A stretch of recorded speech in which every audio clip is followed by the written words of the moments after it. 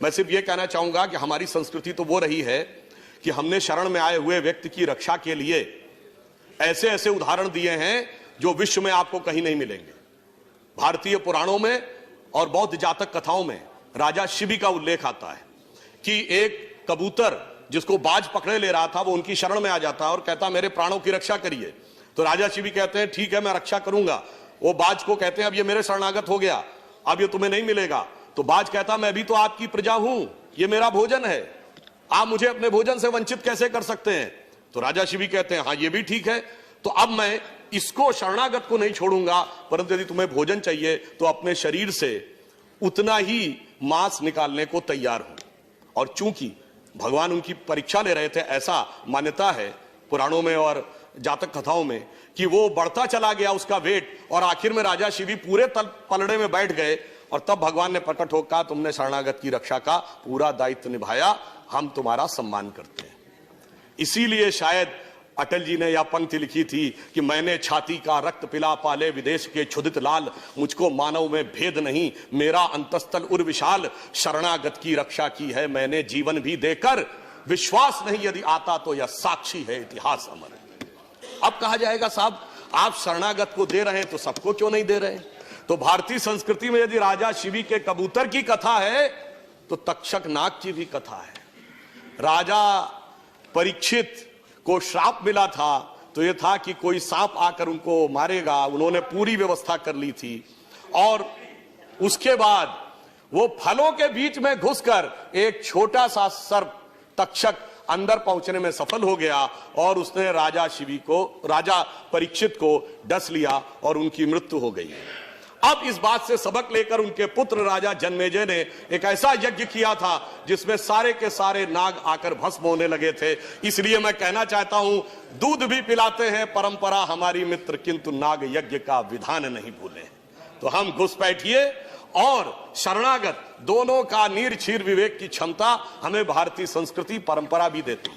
अब आधुनिक समय में आए तो कहा जाता है कि साहब आप बराबरी का व्यवहार नहीं कर रहे हैं, आप गंगा जमुनी तहजीब के साथ न्याय नहीं कर रहे हैं। तो मैं पूछना चाहता हूं गंगा जमुनी तहजीब कहां से शुरू हुआ ये वर्ड। सबसे पहले ये शब्द प्रयोग होता है जब मुगल शहजादे दारा शिकोह ने अपनी किताब लिखी मंजुमल बहरीन, जिसका मतलब होता दो समुद्रों का विलय। अब आप बताइए दो समुद्रों का मिलन जिसे कहता है वो आदर्श नहीं, बाकी दूसरे लोग आदर्श। अरे इस देश की गंगा जमुनी तहजीब तो ये थी, इस देश की गंगा जमुनी तहजीब तो ये थी कि बुल्ले शाह ने ये बोला था, जो आज किसी को सुनने में बड़ा अजीब लगेगा, कि आज होली खेलूंगी मैं कहे बिस्मिल्लाह। ये बुल्ले शाह ने बोला आज होली खेलूंगी मैं कहे बिस्मिल्लाह। और उन्होंने कहा आगे की लाइन अरबिक वर्ड है, अलस्तु बि रबिकम प्रीतम बोले, सब सखियों ने घूंघट खोले, नाम नबी की रतन चढ़ी और बूंद पड़ी अल्लाह अल्लाह, आज खेलूंगी मैं होली कह बिस्मिल्लाह। मगर इसको आपने माना क्या। अब मैं उदाहरण देता हूं, चित्रकूट के घाट की घटना थी कि अब्दुल रहीम खान खाना और तुलसीदास जी दोनों अच्छे मित्र थे, दोनों साथ में थे। तो अब्दुल रहीम खान खाना वो मिट्टी उठाकर अपने सर पे लगा रहे थे, तो तुलसी ने उनसे छंद में पूछा कि आप ये मिट्टी क्यों सर पे लगा रहे हैं। वो गंगा जमुनी तहजीब को अगर आप कहना चाहते हैं तो उन्होंने ये कहा कि धूरी धरत निज शीस पर, अरे धूल क्यों सर पे लगा रहे हैं, कह रहीम के ही काज क्यों कर रहे हैं ये। तो रहीम ने क्या जवाब दिया, जेहि रज मुनि पत्नी तरी सोई ढूंढत महाराज। वह रज जो भगवान राम के चरणों की वह रज ढूंढ रहा हूं जिससे मुनि की पत्नी तर गई थी, मेरा भी उद्धार हो जाए। मगर कोई समस्या नहीं थी। आज बुल्ले शाह होते फतवा जारी हो जाता, मेरा पक्का मानना है, और बहुत सारे लोग उनके समर्थन में खड़े हो जाते। ये देश की धर्मनिरपेक्षता के ऊपर हमला है। इसलिए मैं कहना चाहता हूं, और ये जो गंगा जमुनी तहजीब थी इसमें कोई समस्या आजादी के बाद तक भी नहीं थी। ये सारी समस्या 1976 के बाद आई, जब सेकुलर शब्द का प्रयोग अपने राजनीतिक हित में करने की शुरुआत हुई। अगर मैं आपसे कहना चाहूं, आप सबने वो सुना होगा, मन तरपत हरि दर्शन को आज, ये किसने गाया, मोहम्मद रफी ने। लिखा किसने, शकील बदायूनी ने। संगीत किसने दिया? नौशाद ने। तो गंगा जमुनी तहजीब ये थी।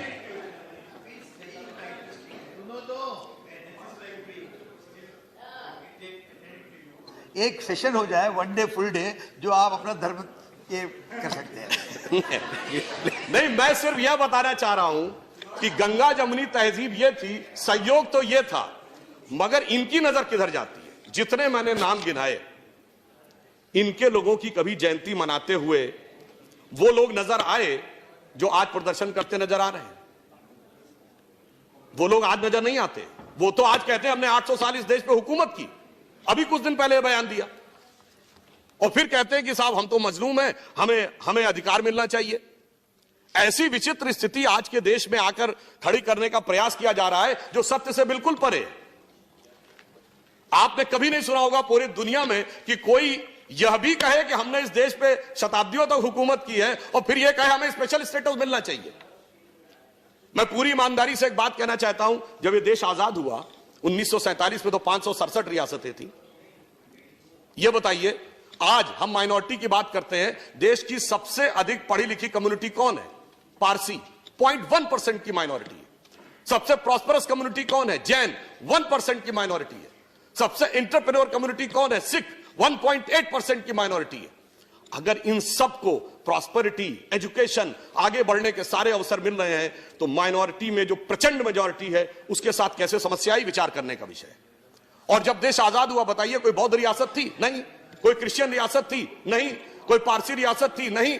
एक महाराजा पटियाला को छोड़ दे तो सिख रियासतें भी नहीं थी, मगर लाइन लगा के मुस्लिम रियासतें थी। नवाब पटौदी, नवाब रामपुर, नवाब भोपाल, नवाब लखनऊ, हैदराबाद निजाम, जूनागढ़ के नवाब।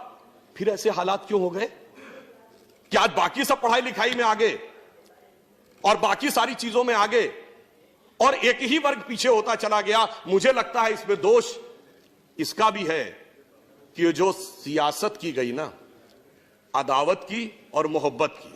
किसी ने दिखाने की कोशिश की कि हमें तुमसे बड़ी मोहब्बत है, तो किसी ने दिखाने की कोशिश की कि फला को तुमसे बड़ी अदावत है, और उस सियासत ने कहां यह पहुंचाया सभापति जी, किसी को किसी की मोहब्बत ने मारा, किसी को किसी की अदावत ने मारा, पर इस शराफत अली को सेकुलर सियासत ने मारा। इसलिए मैं ये कहना चाहता हूं, आज के इस यथार्थ को देखिए, पूरे देश में जो सामने दिखाई पड़ रहा है। ज्यादा खतरनाक बात जानते हैं क्या हो रही है?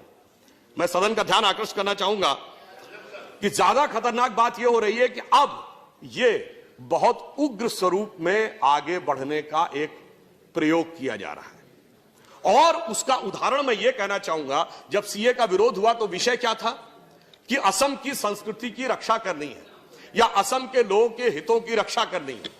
मगर सबसे पहले आंदोलन कहां शुरू हुआ? जामिया में, उसके बाद अलीगढ़ में, उसके बाद नदवा में, उसके बाद हमारे एक दूसरे सदन के सांसद हैं जो हैदराबाद के वो सबसे बड़े झंडा बरदार, अलंबरदार बन गए। और सबसे पहले रेजोल्यूशन कहां पास हुआ? केरल की असेंबली में। अब बहुत ही सहजता से समझा जा सकता है, इसमें कोई रॉकेट साइंस नहीं है कि ये। और सुनिए, फिर उसके उपरांत क्या हुआ सभापति महोदय? ये सारे विषय गौण हो गए। पता नहीं कौन कौन से विषय आने लगे उसके अंदर। कश्मीर से लेके धारा 370 से लेके देश को अलग करने से लेके आसाम को परमानेंट अलग करने तक। तो ये देखकर यह मन में संदेह उत्पन्न होता है कि यह सारा का सारा जो घटनाक्रम है, हम सभी लोग बहुत जिम्मेदार लोग हैं, हमें यह समझना चाहिए कि ये सारी की सारी चीजें जो हो रही हैं, क्या हमारी गंगा जमुनी तहजीब के हिसाब से हैं, क्या हमारे संविधान के हिसाब से हैं, या जो संविधान में कमेटियों में लिखा उसके हिसाब से हैं, या फिर ये कोई एक खतरनाक प्रयोग है, हम जाने में अनजाने में उसके शिकार होते चले जा रहे हैं और देश और समाज को भी उसकी गिरफ्त में लाते चले जा रहे हैं। और जब कोई इस प्रकार का कार्य होता है तो मैं सिर्फ एक उदाहरण और फैक्ट कोट करना चाहूंगा। एक बहुत बड़े पत्रकार हैं मार्क टेली, जो 26 वर्ष भारत में रहे, बीबीसी के उन्होंने संवाददाता रहे। उन्होंने, पुरानी बात नहीं है सभापति महोदय, 22 सितंबर 2019 को आर्टिकल लिखा है। उस आर्टिकल में क्या लिखा है कि Muslims in India are the luckiest. Bharat में रहने वाले मुस्लिम समाज के लोग सर्वाधिक भाग्यशाली। उन्होंने उसका एक उदाहरण दिया कि मैं 26 साल दिल्ली के निजामुद्दीन इलाके में रहा, मेरे यहां से थोड़ी दूरी पर हजरत निजामुद्दीन औलिया की दरगाह थी और थोड़ी दूरी पर तबलीगी जमात का ऑफिस था। उन्होंने कहा दुनिया का कोई दूसरा देश होता तो 26-27 साल में कोई एक दूसरे को समाप्त जरूर कर देता, परंतु भारत के मुस्लिम इसलिए भाग्यशाली हैं कि वो अपने मजहब के अंदर भी जिस तरीके से चाहे उस तरीके से इबादत कर सकते हैं। ये कहने वाला कोई संघी भाजपाई नहीं है, ये कहने वाला एक वह पत्रकार है जिसने पूरी जिंदगी भारत में गुजारी है और 2019 में उसने कहा है।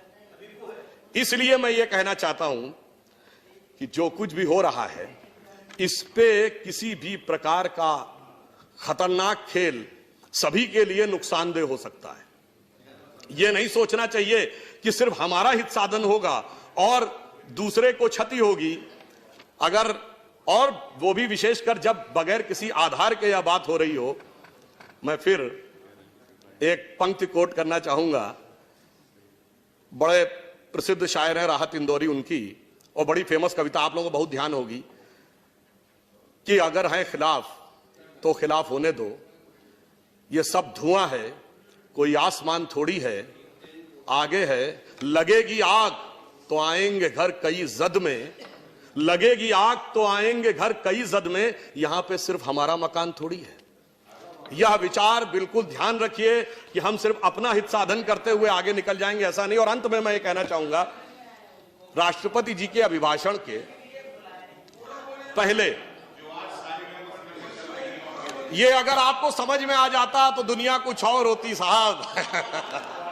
अब मैं एक और बात कहना चाहता हूं। वो आपके लिए कहा नहीं, सुनिए, वो अगर आप कहना चाहते हैं ना आप तो चेयर को एड्रेस करें। मैं एक अंत में सिर्फ ये कहना चाहूंगा कि राष्ट्रपति महोदय के अभिभाषण के प्रथम बिंदु पे यदि हम जाएं, जो वहां से समाप्त करना चाहूंगा, प्रथम बिंदु पे जाएं तो उन्होंने क्या कहा, 21वीं सदी के तीसरे दशक की शुरुआत हो रही है। अब मैं कहना चाहूंगा जब 21वीं सदी और तीसरा दशक आए तो हमें थोड़ा सा, हम अगर गौर करें तो जब 20वीं सदी का पहला सूरज उगा था सन 1901, उस समय इस देश में किसकी सरकार थी? अंग्रेजों की। 20वीं दशक के मध्य में यानी 1951 में जब इस देश में पहला सूरज उगा तो इस देश में किसकी सरकार थी? कांग्रेस की। और 2001 में जब 21वीं सदी के पहले सूरज की पहली किरण इस धरती पे पड़ी तो इस देश में किसकी सरकार थी? अटल बिहारी वाजपेयी जी के नेतृत्व में भाजपा की। और दूसरे दशक में मोदी जी के नेतृत्व में स्पष्ट बहुमत की। तीसरा दशक शुरू हुआ तो दोबारा और अधिक बहुमत की। इसका मतलब नियति का संकेत है कि 20वीं सदी अंग्रेज की थी, 19वीं सदी अंग्रेज की थी, 20वीं सदी कांग्रेस की थी और 21वीं सदी भारतीय जनता पार्टी की है। इसलिए आप सब लोग इन विचारों को समझिए, साथ में आइए और जो देश में प्रदर्शन चल रहा है, जो ये विचार चल रहा है, ये पूरी तरीके से तथ्यों पे आधारित नहीं है और जिस प्रकार से आग लगाने का जो प्रयास हो रहा है उसे रोकने का प्रयास करिए। सत्य को ढकने का प्रयास मत करिए। जैसे सूरज को परछाई से ढका नहीं जा सकता, उसी ढंग से सत्य को ढका नहीं जा सकता। आप इस यथार्थ को समझिए, मिलकर साथ चलिए तो देश के लिए भी सत्य होगा। यह पंक्ति कह के समाप्त कहूंगा, अटल जी ने कहा था ना, भरी दोपहरी में अंधियारा सूरज परछाई से हारा। इसलिए अंतरतम का नेह निचोड़े, बुझी हुई बाती सुलगाएं, आओ मिलकर दिया जलाएं। तो देश के इस दिशा में मिलकर कार्य करें, यही कहकर मैं अपना निवेदन समाप्त करता हूं।